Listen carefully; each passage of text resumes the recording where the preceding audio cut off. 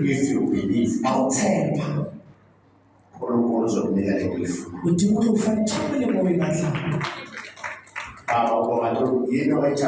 prophetic change.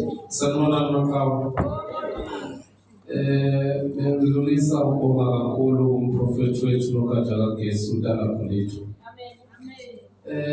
Kule nyanga edlule ngize ngathatha isiwasho ukuthi eningi wathuba umprofethi wonke umuntu akabambe ikhandlela katheni ikhandlela abuye ahlale phansi ambusise.